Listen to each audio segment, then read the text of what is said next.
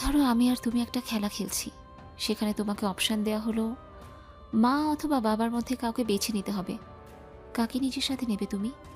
আর হ্যাঁ, এই খেলাটাই কিন্তু যাকে বাঁচবে না তাকে চিরতরে হারিয়ে ফেলবে।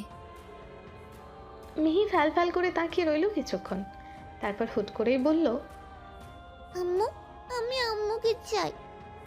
আফরার মুখটা পাংশুটে হয়ে গেল। মেয়েটা তার মজাটাই নষ্ট করে দিল। বিরক্ত হয়ে বলল, বাবা কেন নয়? তুমি না বাবাকে ভীষণ ভালোবাসো। বাবা আমাকে ভালোবাসে, আম্মুকে তো না। কিন্তু আম্মু আমাদের দুজনকেই ভালোবাসে, তাই আমি আম্মুকেই চাই। কি কঠিন উত্তর! আফরার পাংশুটে মুখটা যেন খুশিতে ভরে গেল। এটুকু মেয়েও কেমন পরিস্থিতি পরিবেশ বুঝে ধরে ফেলেছে তার বাবা তার মাকে ভালোবাসে না। হাত বাড়িয়ে গাল টেনে বলল, তাহলে মন খারাপ করে আছো কেন? হাসি দাও। শোনো মিহি, তোমার বাবা তোমাকে খুব ভালোবাসে জানো, তাই তোমার বাবাকে কখনো ভুলো না।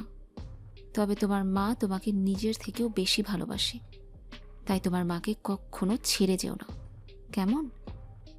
মিহি বুঝেছে কি না বোঝা গেল না, তবে দুবার মাথা নেড়ে সায় জানালো। পড়ায় মনোযোগ হতেই আফরা হেসে দরজায় তাকালো।